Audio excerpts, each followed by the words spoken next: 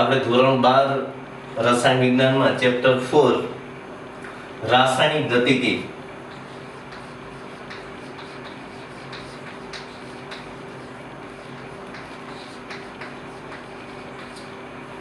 જેને આપણે અંગ્રેજીમાં કેમિકલ કાઇનેટિક્સ તરીકે ઓળખીએ છીએ,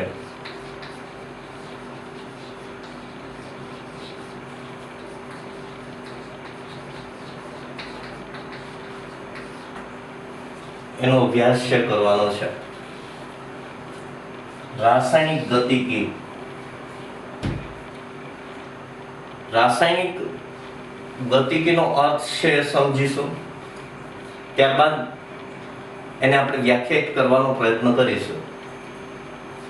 તો રાસાયણિક શબ્દ એવું સૂચવે છે કે કોઈક રસાયણની વાત છે, રસાયણ વિજ્ઞાનની વાત છે અને તેમાં થતી રાસાયણિક પ્રક્રિયાઓના અનુસંધાનમાં વાત છે. ગતિકી, કાઇનેટિક્સ, કાઇનેટિક્સ શબ્દ છે એ ગ્રીક ભાષાના શબ્દ કાઇનેસિસ ઉપરથી ઉતરી આવેલો છે. ગતિકીનો અર્થ થાય છે ચલન અથવા તો હલનચલન. તો રાસાયણિક ગતિકી, કેમિકલ કાઇનેટિક્સ, રાસાયણિક પ્રક્રિયાઓનું હલનચલન. જો કે રાસાયણિક પ્રક્રિયાઓ કોઈ પણ પ્રકારનું હલનચલન કરી શકતી નથી, પરંતુ રાસાયણિક પ્રક્રિયામાં થતા ફેરફારો વિશેની અહીંયા વાત કરવા માંગે છે. એટલે આપણે એવું કહી શકીએ કે રાસાયણિક ગતિકી આપણને રાસાયણિક પ્રક્રિયાઓ કેવી રીતના થાય છે તે સમજાવે છે. તો રાસાયણિક ગતિકીનો અર્થ આપણે કરી શકીએ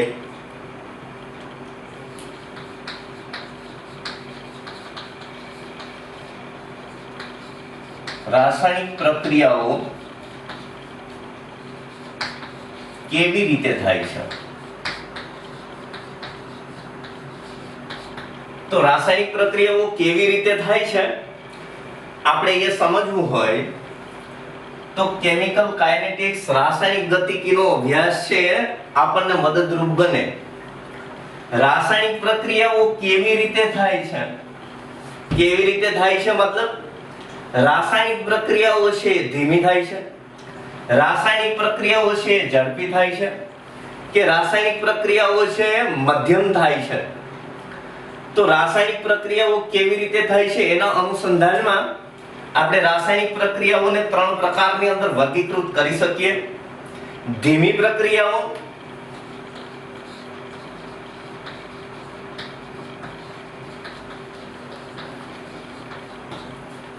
ઝડપી પ્રક્રિયાઓ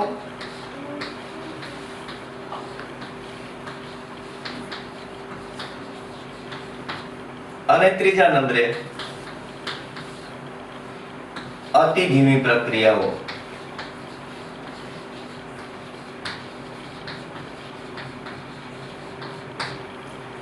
ધીમી પ્રક્રિયાઓ, ઝડપી પ્રક્રિયાઓ અને અતિ ધીમી પ્રક્રિયાઓ. ઝડપી પ્રક્રિયાઓને આપણે ત્વરિત પ્રક્રિયાઓ તરીકે પણ ઓળખી શકીએ.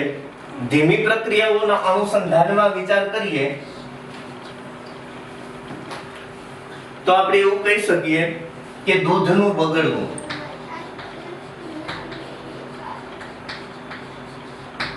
દૂધનું બગડવું ધીમી પ્રક્રિયા છે, કેમ કે આપણે દૂધને રેફ્રિજરેટરમાં રાખી અને તાપમાન ઘટાડી અને રાસાયણિક પ્રક્રિયા વિશે ધીમો કરી શકીએ. એવા અનુસંધાનમાં દૂધ છે એ 12 કલાકની અંદર બગડતું હોય કે ઉનાળાના સમયમાં 24 કલાકની અંદર બગડી જતું હોય તો રેફ્રિજરેટર દ્વારા તાપમાન છે ઘટાડી અને દૂધના બગડવાની પ્રક્રિયા વેગ છે ધીમો કરી શકીએ. પણ એવું ના બને કે દૂધ છે લાંબા સમય સુધી ના જ બગડે, એટલે દૂધના બગડવાની પ્રક્રિયા ધીમી પ્રક્રિયા છે. બીજા નંબરે આપણે કહી શકીએ ઉંમરનું વધવું.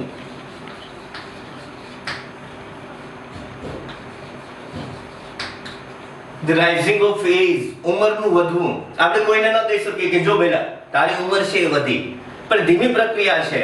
ઉંમર છે ધીરે ધીરે વધે, પણ કોઈ માણસ છે એ મતલબ 200, 500 કે 1000 વર્ષ જીવે એવું ન કહી શકીએ. એક લિમિટેશન છે, કોઈ ચોક્કસ ગાળો છે ત્યાં આપણે રજૂ કરી શકીએ છીએ. એટલે ઉંમરનું વધવું ધીમી પ્રક્રિયા છે. લોખંડનું કટાવું.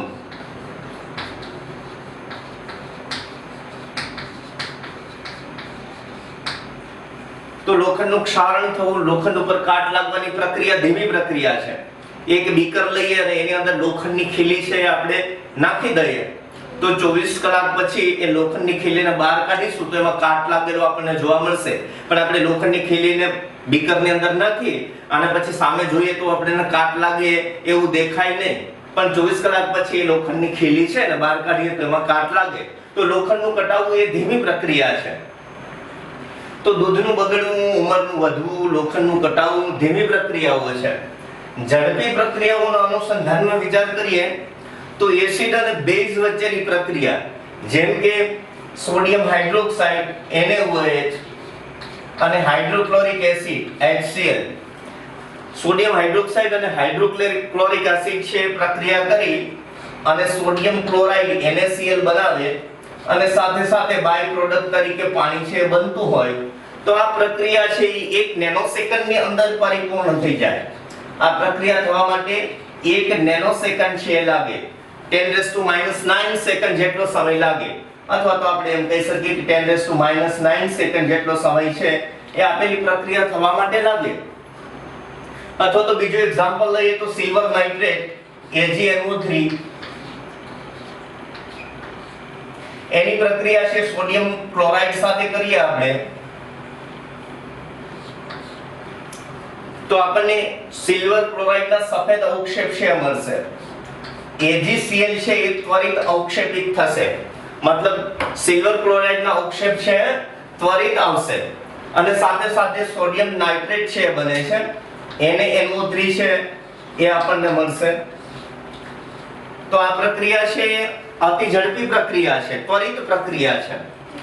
અતિ ધીમી પ્રક્રિયાના અનુસંધાનમાં વિચાર કરીએ તો અશ્મિગત બળતણોનું દહન.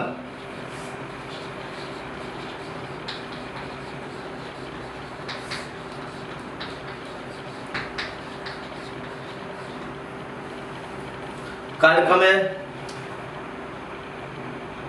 સામાન્ય રીતે દરિયાની સપાટી ઉપર પર્ણ અને કચરો છે જમા થઈ અને વર્ષો સુધી પૃથ્વીના પેટાળની અંદર ભારે દબાણે અને તાપમાને રાસાયણિક પ્રક્રિયાને પરિણામે એમાંથી કુદરતી ગેસ કે અન્ય પેટ્રોલિયમ પેદાશો છે મળતી હોય, પણ એ બનવા માટે કરોડો વર્ષો છે ચાલ્યા જાય. એટલે આપેલી પ્રક્રિયા છે અતિ ધીમી પ્રક્રિયા છે, જેમ કે કુદરતી વિકિરણ.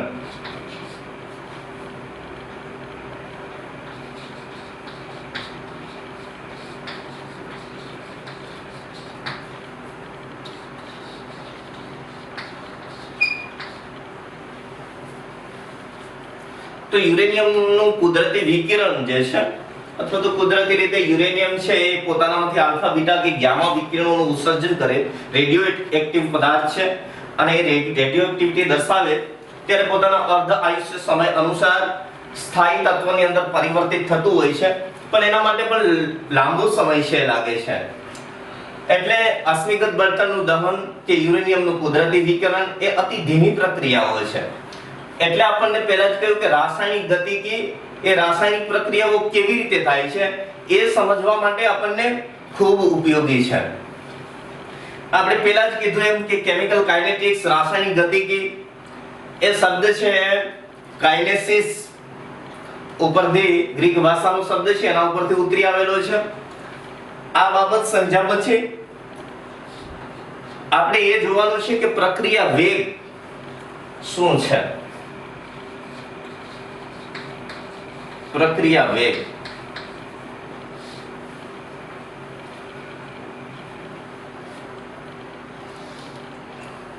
તો સામાન્ય રીતે પ્રક્રિયા વેગ આપણે સમજવું છે એની પહેલા એક વાત કરી લઈએ થર્મોડાયનેમિક્સની, ઉષ્માગતિશાસ્ત્રની.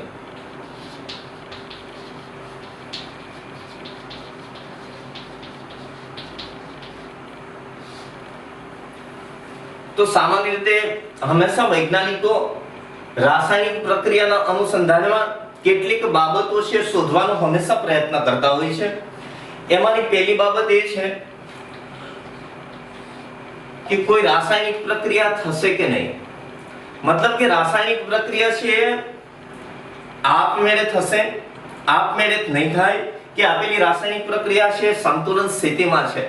એના અનુસંધાનમાં થર્મોડાયનેમિક્સને આધારે એ નક્કી કરી શકે છે આપેલી રાસાયણિક પ્રક્રિયા માટેનું પ્રાક કથન કરી શકે છે. પ્રાક કથન એટલે ભવિષ્યવાણી. મુક્ત ઉર્જાના ફેરફારના મૂલ્યના આધારે એ આપેલી રાસાયણિક પ્રક્રિયાનું પ્રાક કથન કરી શકે થર્મોડાયનેમિક્સના આધારે. એટલે કે આપેલી પ્રક્રિયા છે આપમેળે થશે નહીં થાય કે આપેલી રાસાયણિક પ્રક્રિયા સંતુલન સ્થિતિમાં છે.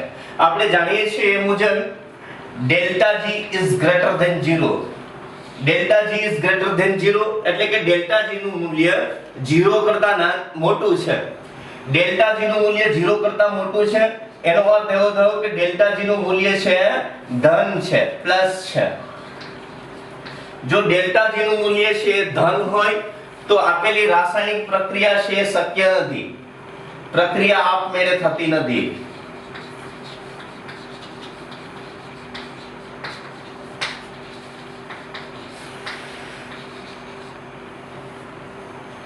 બીજી બાબત છે જો ડેલ્ટા G નું મૂલ્ય 0 કરતા નાનું હોય, delta G is less than 0 હોય એટલે કે ડેલ્ટા G નું મૂલ્ય 0 કરતા નાનું છે, ડેલ્ટા G નું મૂલ્ય ઋણ છે. જો ડેલ્ટા G નું મૂલ્ય ઋણ હોય તો પ્રક્રિયા છે આપમેળે થાય છે. પ્રક્રિયા સ્વયંભૂ થશે. પ્રક્રિયા આપમેળે થાય છે.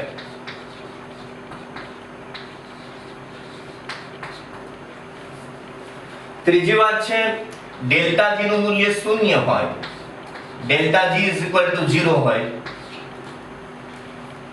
તો એનો અર્થ હવે થયો કે પ્રક્રિયા સંતુલન સ્થિતિમાં છે.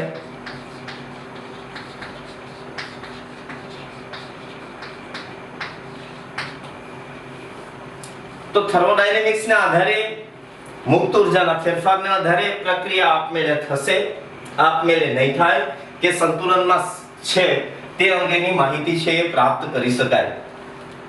બીજી બાબત વૈજ્ઞાનિકો શોધવાનો પ્રયત્ન કરતા હોય છે એના અનુસંધાનમાં વાત કરીએ તો સંતુલન અચળાંક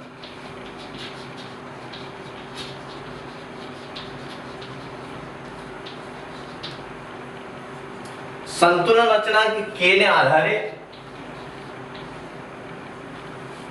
પ્રક્રિયા કેટલે અંશે આગળ વધશે એની માહિતી છે મેળવી શકાય. મતલબ નીપજ વધુ પ્રમાણમાં મળશે, નીપજ ઓછી મળશે કે પ્રક્રિયા સંતુલન સ્થિતિમાં છે એ અંગેની માહિતી છે પ્રાપ્ત કરી શકાય. જેમ કે k નું મૂલ્ય 1 કરતા ઓછું હોય તો નીપજ ઓછી મળે.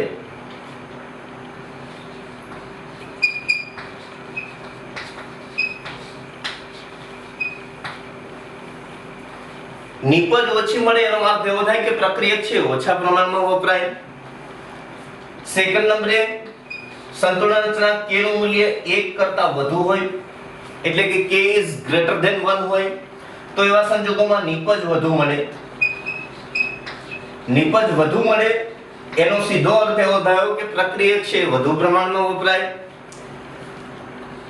જો k નું મૂલ્ય 1 હોય, k is equal to 1 હોય તો પ્રક્રિયા સંતુલન સ્થિતિમાં છે.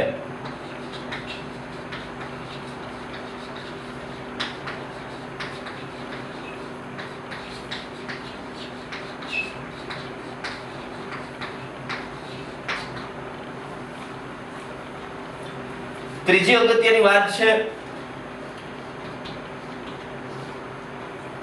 પ્રક્રિયા થવા માટે લાગતો સમય. પ્રક્રિયા પૂર્ણ થવા માટે કેટલો સમય લાગશે, કેટલા સમયમાં આપેલી રાસાયણિક પ્રક્રિયા છે એ પૂર્ણ થશે એ શોધવાનો વૈજ્ઞાનિકો હંમેશા પ્રયત્ન કરતા હોય છે અને એ બાબત છે રાસાયણિક ગતિકીના અનુસંધાનમાં નક્કી થઈ શકે. તો પ્રક્રિયા પૂર્ણ થવા માટે લાગતો સમય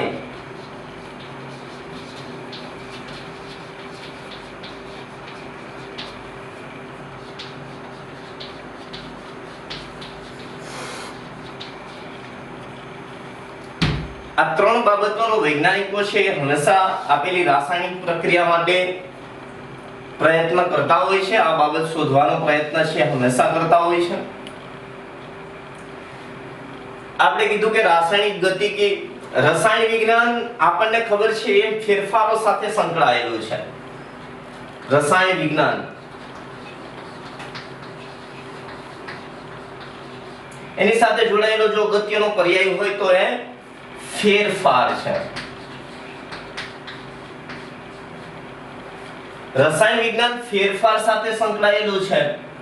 એનો સીધો અર્થ એવો થાય કે કોઈ પદાર્થ છે એ શરૂઆતમાં એમના ચોક્કસ મૂળભૂત લાક્ષણિકતાઓ અથવા તો ગુણધર્મ છે ધરાવતો હોય, એ પછી ચોક્કસ રાસાયણિક પ્રક્રિયા દ્વારા એ પદાર્થની અંદર પરિવર્તન કરવામાં આવે તો પદાર્થ છે પરિવર્તિત થાય અને જુદો પદાર્થ છે બની જતો હોય, નવો પદાર્થ છે એમાં એ પરિવર્તિત થતો હોય તો એમના ગુણધર્મો છે બદલાઈ જતા હોય.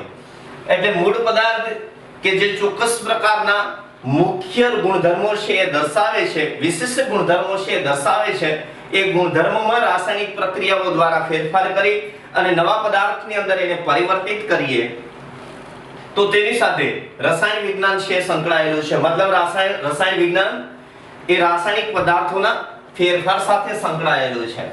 આપણે વાત કરતા હતા પ્રક્રિયા વેગની. પ્રક્રિયાના વેગને આપણે સમજવો છે. તો પ્રક્રિયા વેગને સમજવા માટે આપણે વાત કરીશું એમની વ્યાખ્યાની. તો એકમ સમયમાં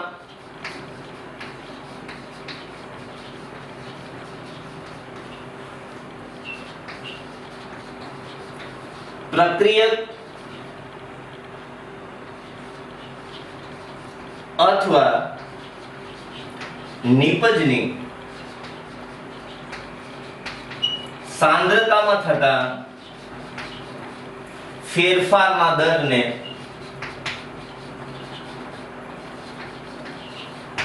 પ્રક્રિયા વેગ કહે છે.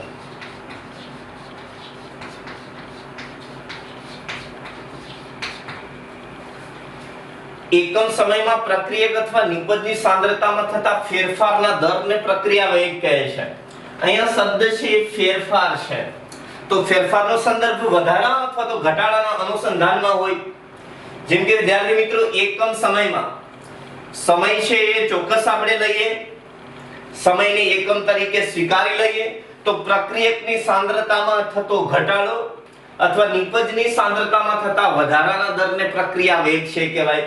હંમેશા રાસાયણિક પ્રક્રિયા છે એ નિપજ તરફ આગળ વધતી હોય તો પ્રક્રિયકની સાંદ્રતા છે એ ઘટે અને સાથે સાથે નિપજની સાંદ્રતામાં વધારો થતો હોય તો આપણે એવી પણ વ્યાખ્યા આપી શકીએ કે એકમ સમયમાં પ્રક્રિયકની સાંદ્રતામાં થતા ઘટાડાને અથવા નિપજની સાંદ્રતામાં થતા વધારાના દરને પ્રક્રિયા વેગ છે કહેવાય. એટલે અથવા વ્યાખ્યા આપણે લખી શકીએ એકમ સમયમાં પ્રક્રિયકની સાંદ્રતામાં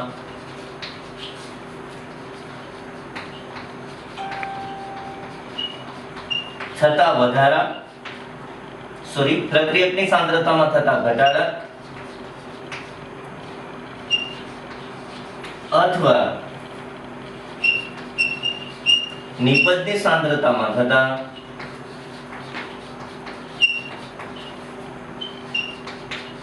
વધારાના દરને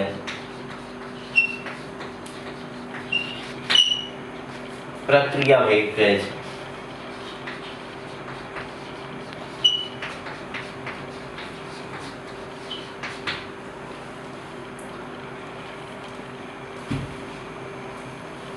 તો એકમ સમયમાં પ્રક્રિયક અથવા નિપજની સાંદ્રતામાં થતા ફેરફારના દરને પ્રક્રિયા વેગ કહે છે અથવા એકમ સમયમાં પ્રક્રિયકની સાંદ્રતામાં થતા ઘટાડા.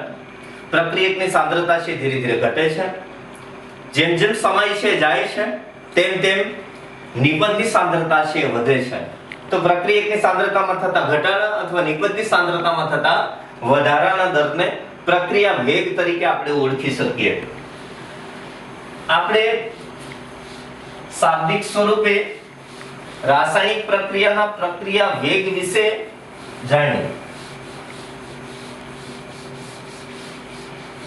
સિમ્બોલિક પ્રક્રિયા વેગને દર્શાવીએ તો સામાન્ય રીતે પ્રક્રિયા વેગ જેમ જેમ રાસાયણિક પ્રક્રિયાની અંદર એવું હોય કે રાસાયણિક પ્રક્રિયા જેમ જેમ આગળ વધતી જાય એમ એમ રાસાયણિક પ્રક્રિયાનો પ્રક્રિયા વેગ ધીમો થતો જાય. જેમ કે કોઈ માણસ છે ને આપણે શરૂઆતમાં દોડાવીએ તો એ વધુ સારી રીતે દોડી શકશે, વધુ ઝડપથી દોડી શકશે. તો રાસાયણિક પ્રક્રિયાનો પ્રક્રિયા વેગ છે ઝડપી હોય પણ ધીરે ધીરે એનો વેગ છે ઘટતો જાય. તો રાસાયણિક પ્રક્રિયામાં પણ બરાબરનું એવું જ છે. શરૂઆતમાં રાસાયણિક પ્રક્રિયાનો પ્રક્રિયા વેગ છે ઝડપી હોય પછી ધીરે ધીરે રાસાયણિક પ્રક્રિયાનો પ્રક્રિયા વેગ છે ઘટતો જાય.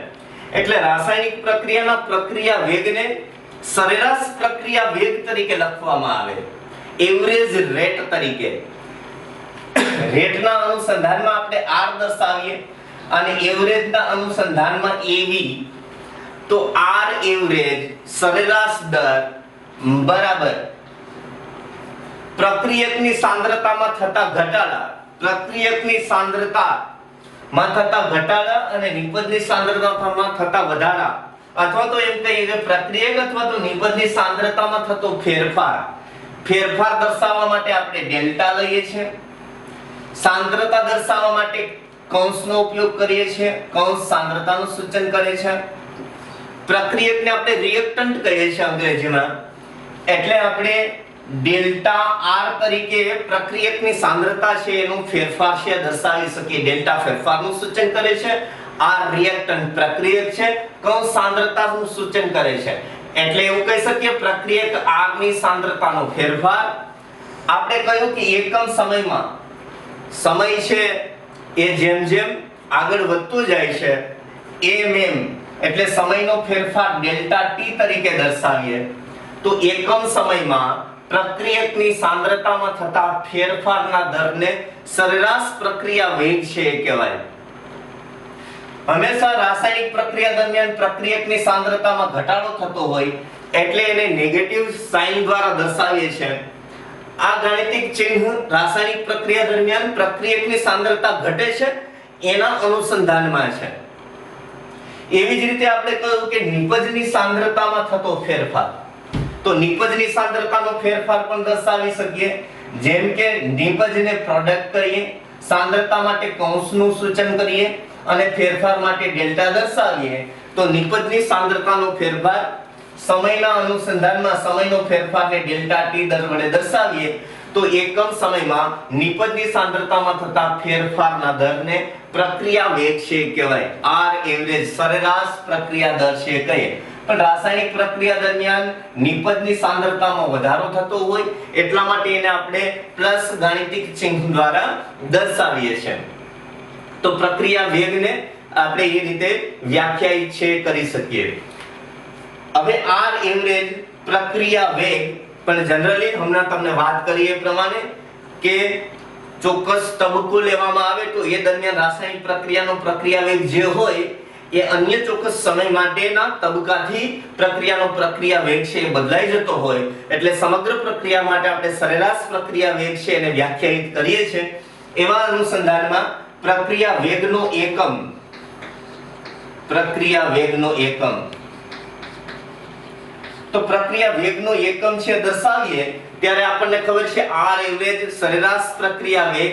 આપણે કહ્યું એ પ્રમાણે ડેલ્ટા R પ્રક્રિયકની સાંદ્રતાનો ફેરફાર એના છેદમાં સમયનો ફેરફાર. એટલે પ્રક્રિયા વેગનો એકમ અંશની અંદર તમે જુઓ તો સાંદ્રતાનું સૂચન છે, છેદની અંદર સમયનું સૂચન છે. તો પ્રક્રિયા વેગનો એકમ બને સાંદ્રતા પ્રતિ સમય. સાંદ્રતા પ્રતિ સમય. સમયને આપણે ઉપર લઈએ તો ઇન્વર્સ તરીકે લખી શકાય. તો આમનો એકમ અથવા તો એવું પણ લખી શકીએ સાંદ્રતા સમય inverse.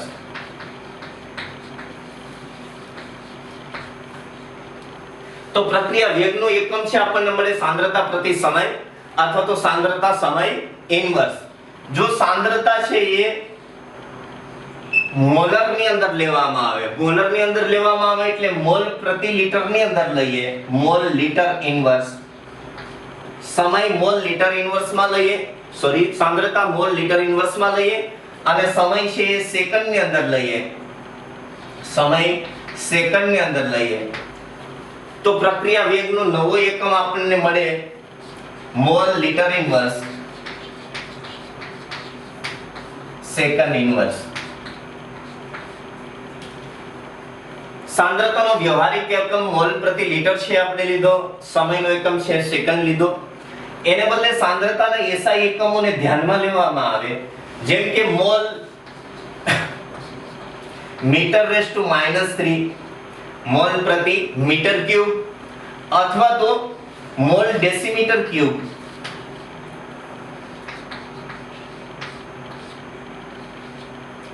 Mall metre cube, mole પ્રતિ મીટર ક્યુબ અથવા તો મોલ ડેસીમીટર ક્યુબ છે લઈએ તો જે સાંદ્રતા લખ્યું છે ત્યાં આપણે મોલ મીટર રેઝ ટુ -3 અથવા તો મોલ ડેસીમીટર ક્યુબ લખી અને સમય સેકન્ડની અંદર અથવા તો સમયના અન્ય એકમો જેમ કે મિનિટ,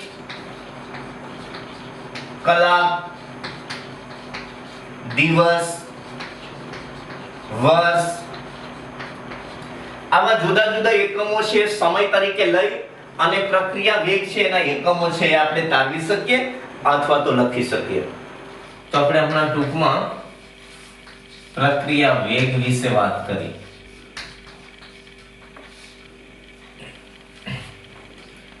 પ્રક્રિયા વેગની આપણે વ્યાખ્યા આપી. એકમ સમયમાં પ્રક્રિયકની સાંદ્રતામાં થતા ઘટાડા અથવા નિપજની સાંદ્રતામાં થતા વધારાના દરને પ્રક્રિયા વેગ કહે છે. આપણે જો r average = -dr/dt +Δp/Δt.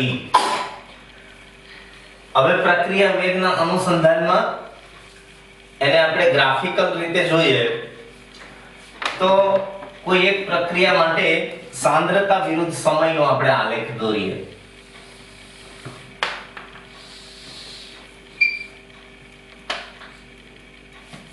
y axis ઉપર આપણે સાંદ્રતા લઈએ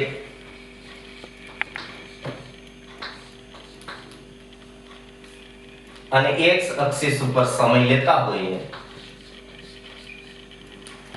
તો સાંદ્રતા વિરુદ્ધ સમયનો આલેખ આપણે કોઈ પણ રાસાયણિક પ્રક્રિયા માટે દર્શાવતા હોઈએ ત્યારે આપણે હમણાં વાત કરી એ પ્રમાણે કે રાસાયણિક પ્રક્રિયા દરમિયાન પ્રક્રિયકની સાંદ્રતા ઘટે. બરાબર જોજો, જેવી પ્રક્રિયકની સાંદ્રતા ઘટે નિપજની સાંદ્રતા વધે. પ્રક્રિયકની સાંદ્રતા જેમ જેમ સમય છે જતો જાય, આગળ વધતો જાય એમ એમ પ્રક્રિયકની સાંદ્રતા છે ઘટતી જાય. પ્રક્રિયકની સાંદ્રતા ઘટે સાથે સાથે જ નિપજની સાંદ્રતા છે વધતી જાય. પ્રક્રિયકની સાંદ્રતા ઘટતી જાય, નિપજની સાંદ્રતા વધતી જાય. એક સમયે પ્રક્રિયકની સાંદ્રતા છે અચળ બની જાય ત્યારે નિપજની સાંદ્રતા પણ અચળ બને, કોન્સ્ટન્ટ બને. તો પ્રક્રિયક અને નિપજની સાંદ્રતાઓ જ્યારે કોન્સ્ટન્ટ બને ત્યારે આપેલી રાસાયણિક પ્રક્રિયા સંતુલન સ્થિતિમાં છે એવું કહી શકાય. સંતુલન સ્થિતિ. તો જ્યારે સમયની સાથે સાંદ્રતાઓ છે કોન્સ્ટન્ટ બને ત્યારે આપેલી રાસાયણિક પ્રક્રિયા સંતુલન સ્થિતિમાં છે એમ કહેવાય. આ પ્રક્રિયકની સાંદ્રતાનું સૂચન કરે છે એટલે પ્રક્રિયક માટે આપણે R સંજ્ઞા છે ઉપયોગમાં લઈએ તો પ્રક્રિયકની સાંદ્રતા સમય જેમ જેમ પાસ થતો જાય છે એમ એમ ઘટતી જાય છે, સાથે સાથે નિપજની સાંદ્રતા વધતી જાય છે એટલે આપણે નિપજની સાંદ્રતાનું સૂચન કરે છે. P પ્રોડક્ટ એટલે નિપજનું સૂચન છે કરે છે. તો સામાન્ય રીતે કોઈ પણ પ્રક્રિયા માટે સાંદ્રતા વિરુદ્ધ સમયનો આલેખ દોરીએ એટલે કે સમય જેમ જેમ પસાર થતો જાય છે એમ એમ પ્રક્રિયકની સાંદ્રતા ઘટે છે, નિપજની સાંદ્રતા છે વધતી જતી હોય. પણ જરૂરી નથી કોઈ એક તબક્કો છે વિચારીએ 10 મિનિટનો તબક્કો છે હું વિચારો તો 10 મિનિટમાં પ્રક્રિયકની સાંદ્રતા જેટલી ઘટી એ ફરીથી પાછી 10 મિનિટ માટેનો બીજો તબક્કો વિચારવામાં આવે તો એટલો જ પ્રક્રિયકની સાંદ્રતા એટલી જ ઘટે એવું જરૂરી નથી.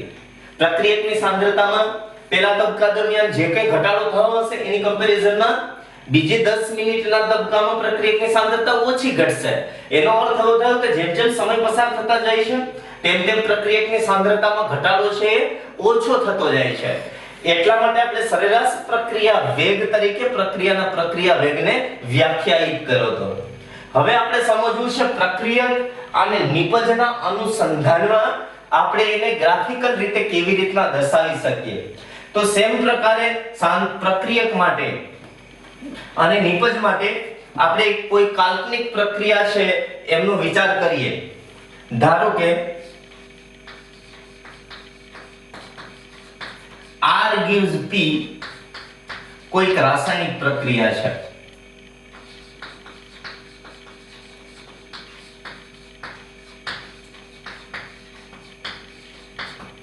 આપણે કોઈક રાસાયણિક પ્રક્રિયા R gives P નો કાલ્પનિક રીતે વિચાર કર્યો છે. જરૂરી નથી R gives P લેવું.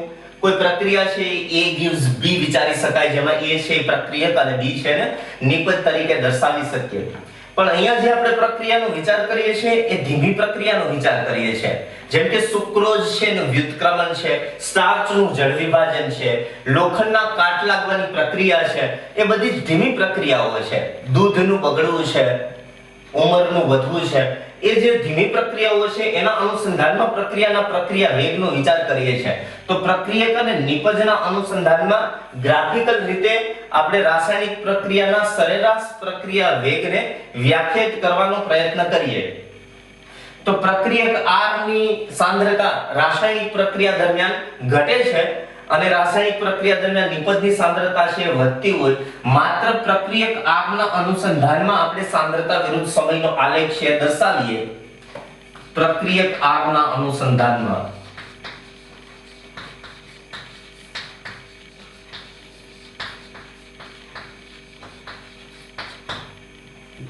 પ્રક્રિયક R ના અનુસંધાને રાસાયણિક પ્રક્રિયાનો પ્રક્રિયા વેગ છે એને આપણે દર્શાવીએ. તો અહીંયા આ ગ્રાફની અંદરથી હું પ્રોડક્ટની વાત છે અત્યારે કાઢી નાખું છું. આ સાંદ્રતા વિરુદ્ધ સમયનો આલેખ છે જે પ્રક્રિયક R ના અનુસંધાનમાં છે. સાંદ્રતા પ્રક્રિયકની તો એને આપણે સિમ્બોલાઇઝ પ્રક્રિયકની સાંદ્રતા R એમ પણ દર્શાવી શકીએ. એટલે સાંદ્રતાની જગ્યાએ હું આવી રીતે કૌંસની અંદર R લખું અને સમય માટે T દર્શાવું તો R વિરુદ્ધ T નો આલેખ દોરેલો છે, સાંદ્રતા વિરુદ્ધ સમયનો. હવે રાસાયણિક પ્રક્રિયા દરમિયાન પ્રક્રિયકની સાંદ્રતા ઘટે છે, આપણે કોઈ એક તબક્કો એવો વિચારીએ. ધારો કે રિએક્શન છે એ થોડું આગળ વધ્યું છે અને હું કોઈ એક T1 સમય છે વિચારતો હું કે T1 સમય છે એ પછી XYZ હોઈ શકે. T1 સમયે પ્રક્રિયકની સાંદ્રતા છે એ હું નક્કી કરું છું. T1 સમયે મેં પ્રક્રિયકની સાંદ્રતા નક્કી કરી રાસાયણિક પ્રક્રિયા દરમિયાન તો એ R1 જેટલી હતી. પ્રક્રિયકની સાંદ્રતા R1. પછી ફરીથી થોડા સમય પછી એટલે કોઈ T2 સમયે ફરીથી હું પ્રક્રિયકની સાંદ્રતા નક્કી કરું. T2 સમયે ધારો કે પ્રક્રિયકની સાંદ્રતા R2 જેટલી હોય. R2 શરૂઆતમાં આપણે T1 સમયે પ્રક્રિયકની સાંદ્રતા R1 છે એમ ધાર્યું. T2 સમયે થોડા સમય પછી પ્રક્રિયકની સાંદ્રતા ફરીથી માપી તો T2 સમયે પ્રક્રિયકની સાંદ્રતા આપણને R2 મળી. તો અહીંયા T2 T1 કરીએ તો સમયનો ફેરફાર ડેલ્ટા T આપણને મળે અને R2 R1 કરીએ તો સાંદ્રતાનો ફેરફાર મળે એટલે આપણને ડેલ્ટા R છે મળશે. તો પ્રક્રિયાનો સરેરાશ પ્રક્રિયા વેગ પ્રક્રિયક માટે શું લખી શકીએ? R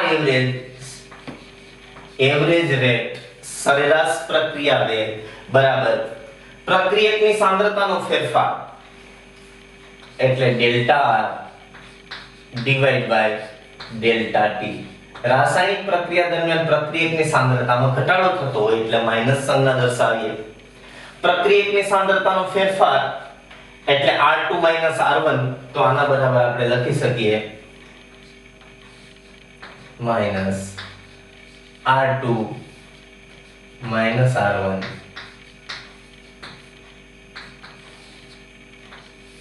ડિવાઇડ બાય સમયનો ફેરફાર. T2 T1 કરીએ તો સમયનો ફેરફાર આપણને મળશે T2 T1. તો પ્રક્રિયક માટે આપણે આલેખ દ્વારા પ્રક્રિયકની સાંદ્રતાનો ફેરફાર છે દર્શાવ્યો. કોઈ એક ચોક્કસ તબક્કો છે એને ધ્યાનમાં લીધો. પ્રક્રિયકની કોઈ T1 સમયે સાંદ્રતા નક્કી કરી અને પછી T2 સમયે સાંદ્રતા એની નક્કી કરી તો સાંદ્રતાનો ફેરફાર ડેલ્ટા R બરાબર R2 R1 અને સમયનો ફેરફાર ડેલ્ટા T બરાબર T2 T1 છે આપણને મળે છે. આપણે શરૂઆતમાં જોયું કે R એવરેજ બરાબર minus delta R divide by delta T એની જગ્યાએ આપણને સાંદ્રતાનો ફેરફાર અને સમયનો ફેરફાર છે મૂક્યો છે. એવી જ રીતે નિપજના અનુસંધાનમાં એટલે કે પ્રોડક્ટના અનુસંધાનમાં આપણે સેમ પ્રકારે આલેખ છે દોરી શકીએ. તો હમણાં આપણે વાત કરીએ પ્રમાણે નિપજ P ના અનુસંધાને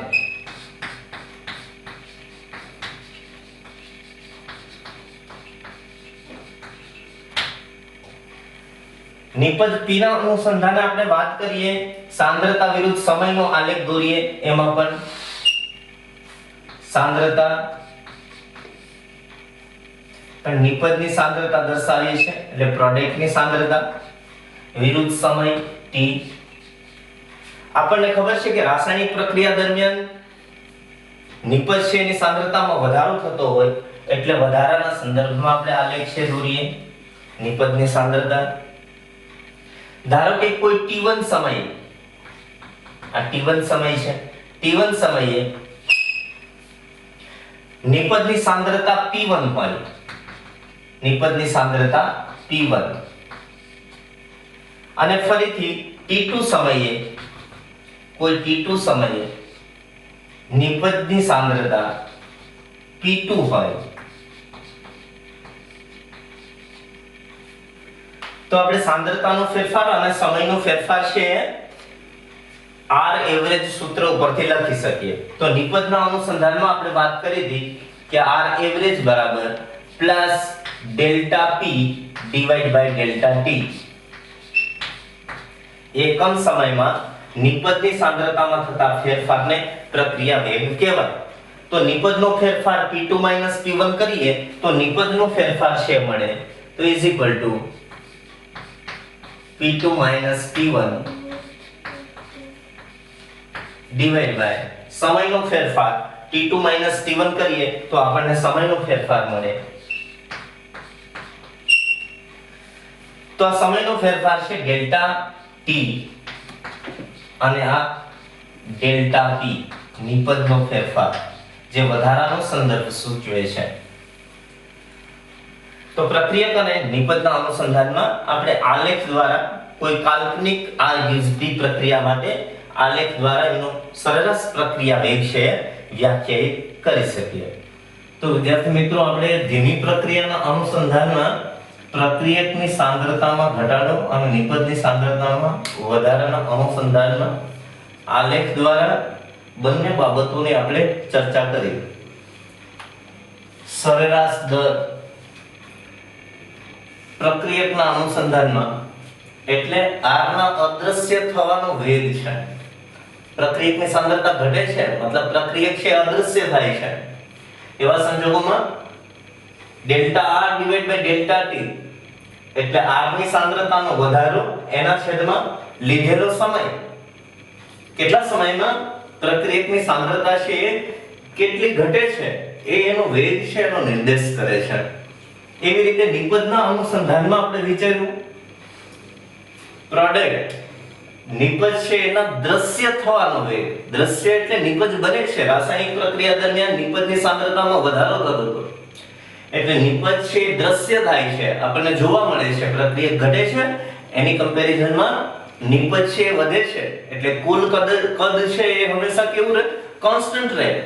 દ્રવ્ય સંચયનો નિયમ છે કે રાસાયણિક પ્રક્રિયા દરમિયાન દ્રવ્ય છે એનું સર્જન કે વિનાશ શક્ય નથી, પણ એક ઉર્જાનું બીજા પ્રકારની ઉર્જાની અંદર રૂપાંતરણ છે થતું હોય, ઉર્જાનો કુલ જથ્થો છે હંમેશા અચળ રહેતો હોય છે. તો અહીંયા કદના સંદર્ભમાં પ્રક્રિયક અને નિપજનું કુલ કદ છે હંમેશા કોન્સ્ટન્ટ રહેતું હોય. રાસાયણિક પ્રક્રિયા દરમિયાન જેટલી સાંદ્રતા ઘટે છે કમ્પેરિઝનમાં એટલી સાંદ્રતા છે એમાં વધારો છે થતો જોવા મળે. એટલે P ના દ્રશ્ય થવાનો વેગ બરાબર P ની સાંદ્રતામાં વધારો એના છેદમાં લીધેલો સમય. એના દ્વારા આપણે બંને બાબતો પ્રક્રિયક અને નિપજની સાંદ્રતા છે, પ્રક્રિયકની સાંદ્રતા અદ્રશ્ય થવાનો વેગ અને નિપજની સાંદ્રતા છે એ દ્રશ્ય થવાનો વેગ છે, સાંદ્રતા અને સમયના અનુસંધાનમાં નક્કી કરી શકીએ છીએ. આ વાત હતી ધીમી પ્રક્રિયાઓ માટે. ત્રણ પ્રકારની આપણે વાત કરી: સુક્રોઝનું વ્યુત્ક્રમણ, સ્ટાર્ચનું જળ વિભાજન અને લોખંડ પર કાટ લાગવાની પ્રક્રિયા. આ ત્રણ બાબતોના અનુસંધાનમાં પ્રક્રિયક અને નિપજના અનુસંધાનમાં આપણે વાત કરી. હવે આપણે એવા પ્રકારની પ્રક્રિયાનો વિચાર કરવો છે. આપણે ત્રણ પ્રકારો છે શરૂઆતમાં જોયા: ધીમી પ્રક્રિયા, અતિ ધીમી પ્રક્રિયા અને ત્વરિત પ્રક્રિયા, ઝડપી પ્રક્રિયા. તો ત્વરિત પ્રક્રિયાના અનુસંધાનમાં આપણે કોઈ રાસાયણિક પ્રક્રિયા છે એનો પ્રક્રિયા વેગ દર્શાવીએ તો ત્વરિત પ્રક્રિયા આપણે વાત કરી કે એસિડ અને બેઝ વચ્ચેની તટસ્થીકરણ પ્રક્રિયા, સોડિયમ હાઇડ્રોક્સાઇડ અને હાઇડ્રોક્લોરિક એસિડ વચ્ચેની પ્રક્રિયાથી સોડિયમ ક્લોરાઇડ મીઠું અને પાણી બનતું હતું, એ પ્રક્રિયા 1 નેનોસેકન્ડ 10⁻⁹ સેકન્ડની અંદર પૂર્ણ થતી હતી. તો ત્વરિત પ્રક્રિયાઓ માટે સમય છે ત્વરિત શૂન્ય તરફ જતો હોય, ડેલ્ટા ટી ટેન્ડ્સ ટુ 0 થઈ જતો હોય.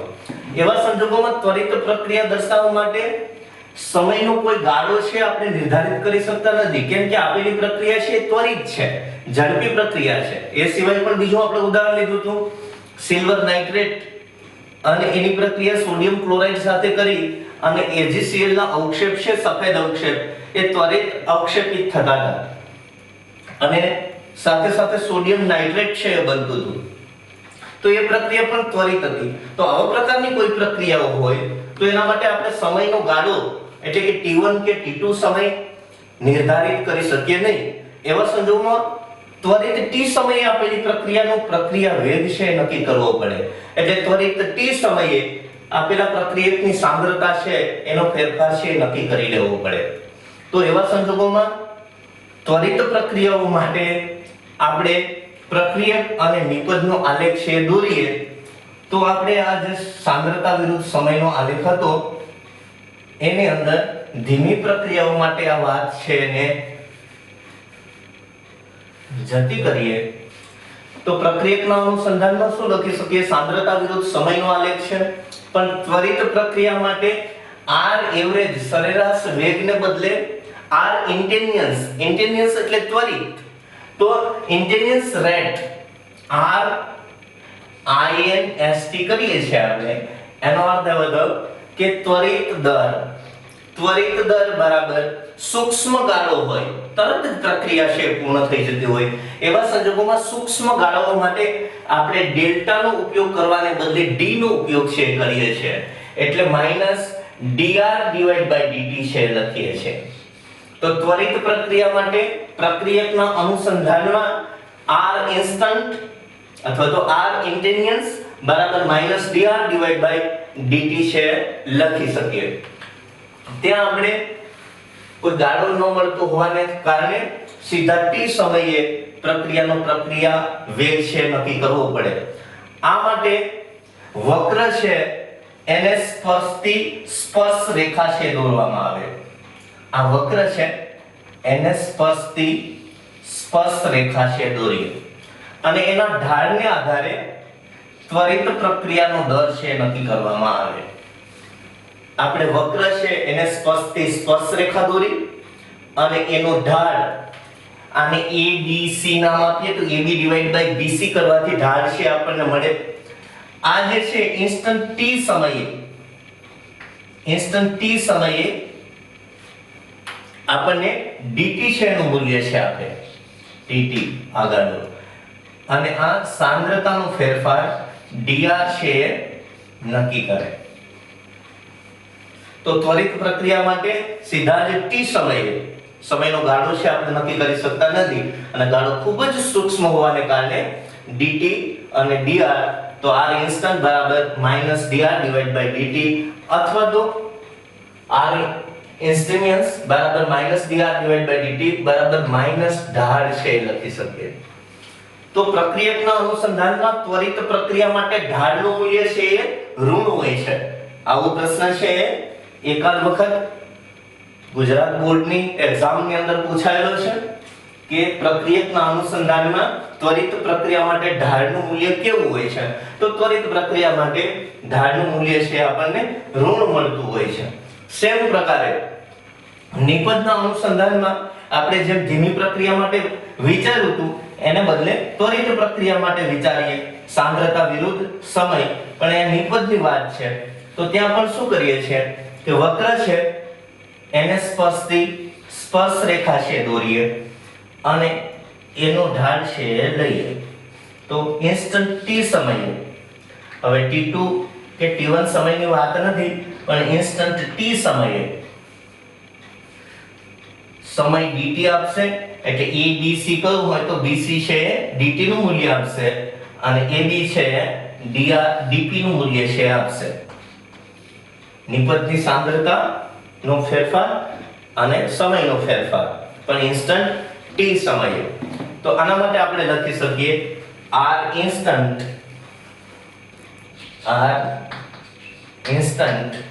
બરાબર plus dp divide by dt.